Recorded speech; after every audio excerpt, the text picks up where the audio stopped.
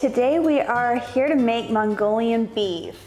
It's one of the most popular recipes on our site. It's a version, a pressure cooker version of the P.F. Chang's Mongolian beef that's super popular. Yeah, and I like it because in the pressure cooker, I think it even gets more tender than if you get it at P.F. Chang. Yep, I like it too. So I'm Jen. And I'm Barbara. And we're with Pressure Cooking Today. So first let's talk about our beef. We have flank steak here, right?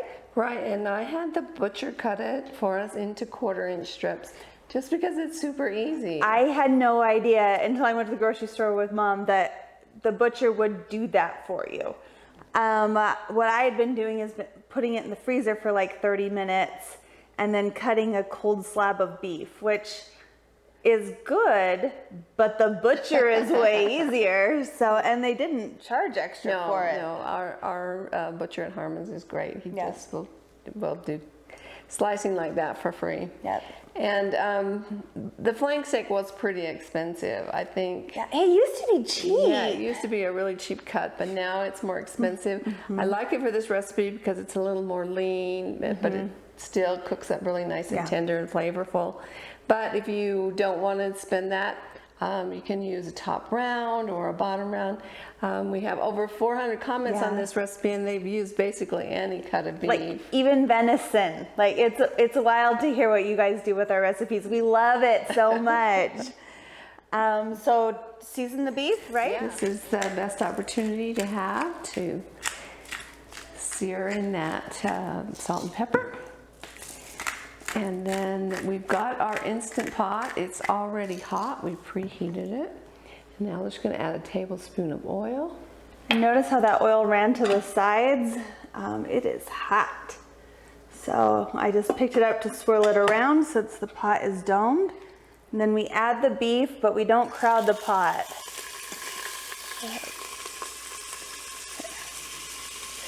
Maybe I'll just do it quickly with my hands. Mom, again, touches me with her hands. I'm a wimp when it comes to that.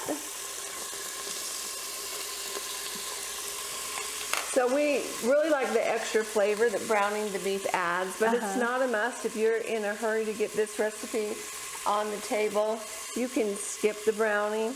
You want to wait until it releases from the bottom of the pot. See if I try to pull that up now. It's just stuck and it won't come up. But if you just be patient and wait, then it will release and you can go ahead and flip it. If you didn't add the oil, that'd be a different story. It wouldn't release ever, but with the oil down, you got that nice base so that as soon as the meat has been seared properly, thoroughly, it just lifts right off. All right, so we've got these last little pieces out. And the water. Now we're going to add a little bit more oil and saute our garlic. See that nice deep brown color on the bottom of the pan? That is pure flavor, and you want that garlic to absorb it.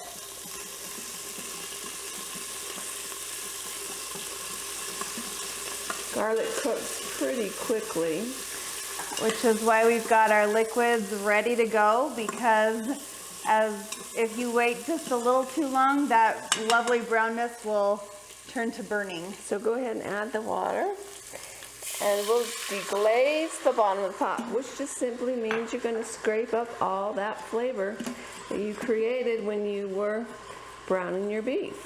If you don't do that, you run the risk of getting the burn notice, which is no fun when you're in a hurry to get dinner on the table. We brown the beef in batches so that we didn't crowd the pan and have it steam the meat instead of sear and brown the meat. So once we get it all nice and scraped. Yeah, that looks pretty good. Let's turn off the saute function. Okay. All right, so now we're going to add a 1/2 cup of soy sauce. Soy sauce. And then brown sugar. When I make this with my family, I generally add just a couple tablespoons of brown sugar. This one is pretty sweet, but I know a lot of people love it with that sweet, sweet, sweet. Okay, and it calls for ginger. And I don't know how many of you have used ginger, fresh ginger, but you can just use a spoon to peel it like that. And I always used a knife to cut that off. when you're when you're at the store, you can just rip off as much as you want to buy. If you know you're not going to use a bunch, just rip off a little piece and that's all you have to buy. Shopping tips with Barbara. So anyway, that's all you have to do is just use a spoon, and then it's easy to grate it.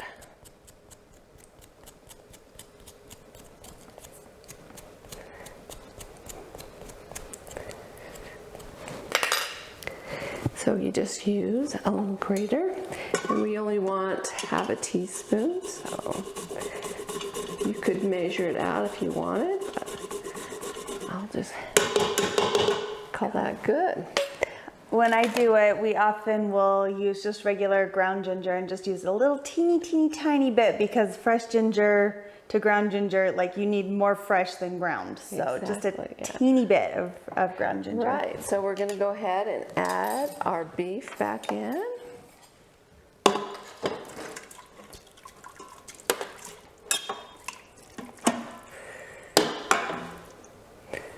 Give you that to put it out of the way. Perfect.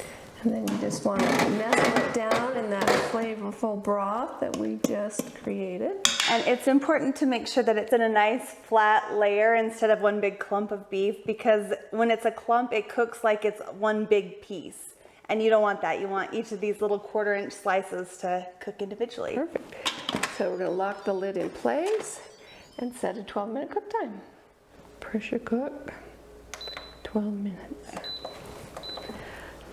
Okay, so our time is up. We've quick released the pressure, and now we're going to go ahead and thicken the sauce. So we're going to make a cornstarch slurry. You take your 3 tablespoons of water and 2 tablespoons of cornstarch, and then you want to mix it till it's smooth. It's worth the extra time to make sure it's smooth, because if you have lumps in your slurry, you'll have lumps in your sauce, and they are not easy to get out. So we don't take the meat out. It's just simpler just to push it off to one side so that you can thicken your sauce. Okay, and then we'll just dump it in.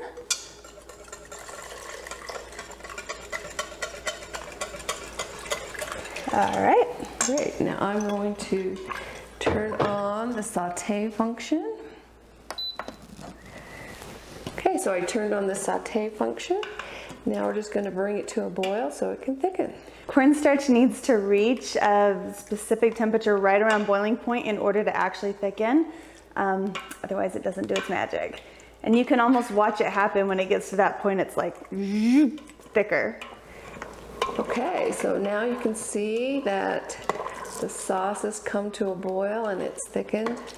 You can serve this now over rice or noodles. You like over ramen noodles? Yeah, I like it over ramen noodles, but rice is great too. But now is a good time if you want. You can also add vegetables, so carrots, and then we'll use some green onions for garnish. Yep. So should we go ahead and dish it up? Yep. Okay, so we've got it all dished up. Maybe sprinkle a little bit of sesame seeds on top, just to give it that little Asian flair. And there you have it. It's a great weeknight or even a weekend meal. Mm-hmm. You'll be amazed at how it can take this more tough cut of meat and make it so tender. So thanks for watching, and be sure and like and subscribe. And if you have any friends that you think that would love these recipes, would love it if you would share it with them. Thanks so much for watching.